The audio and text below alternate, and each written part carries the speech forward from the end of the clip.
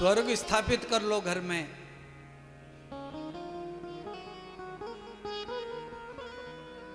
पांडाल में इतने हजार लोग हैं, कितनी शांति है, कितने सुलझ के बैठे हैं। अपनी बगल में कौन बैठा है, कौन सी जात का है, कोई नहीं पूछ रहा। क्यों? ये स्वर्ग है, ये बैकुंठ है। कृष्ण की कथा जहां रखी है, यह वृंदावन लोक है, कैलाश लोक है।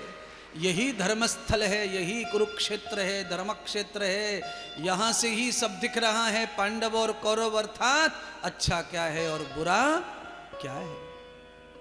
ये कथा दूध का दूध और पानी का पानी कर देती है जीवन का, अपने विचारों का।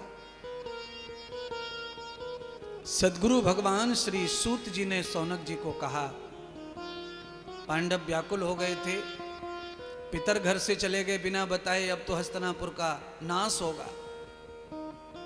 नारद जी आ गए।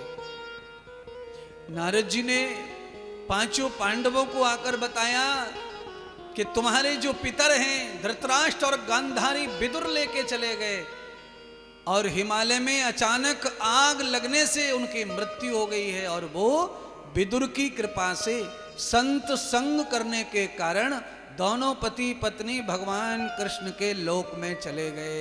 नारद जी ने कहा वो बैकुंठ में चले गए हैं। न क्षणम गतम दुर्जनम सखा या क्षणम संत सज्जौरभंता निर्योग जाता पगपंथ पंथौ भवान योगम संतम वर्धयन्त।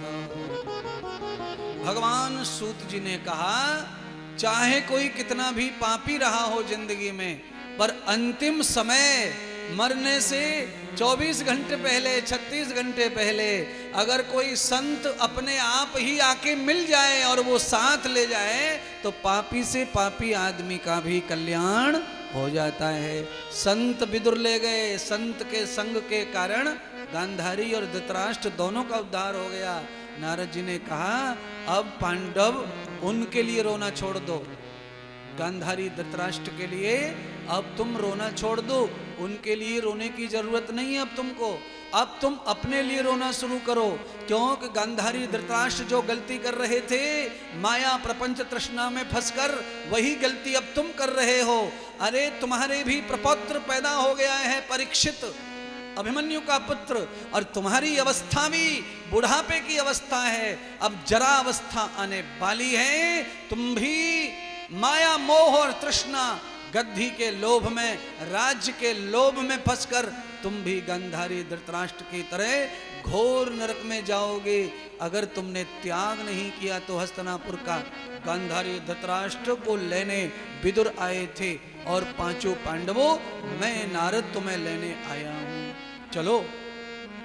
महाराज, हे ग्वालियर वासियों, नारद जैसे आए थे, विदुर आए थे, वैसे ही इंद्रदेव आए हैं तुम्हारी नगरी में, तुम्हें लेने। चलो चलो चलो, कुछ छोड़ो, कुछ त्यागो, कुछ बदलो, कुछ सुधरो।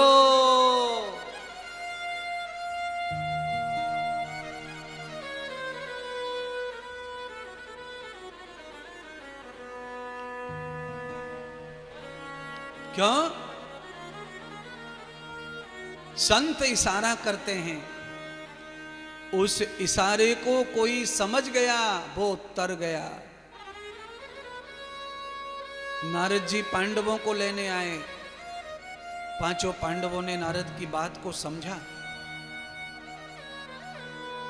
नारद के साथ जाने को पांचों पांडव वनवास के लिए तैयार हो गए।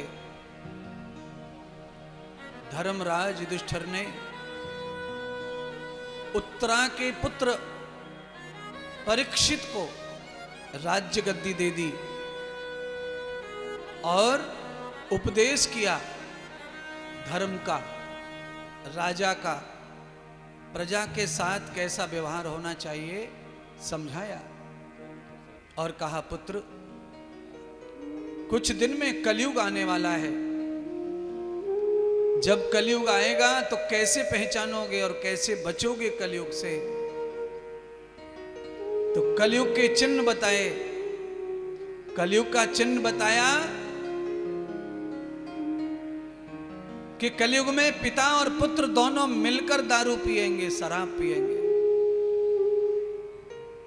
कलयुग में बहू ससुर जी के साथ टेबल पर बैठकर भोजन करेगी। कलयुग में झोपड़ी से भी ताला लटका रहेगा, अलीगढ़ का ताला झोपड़ी से।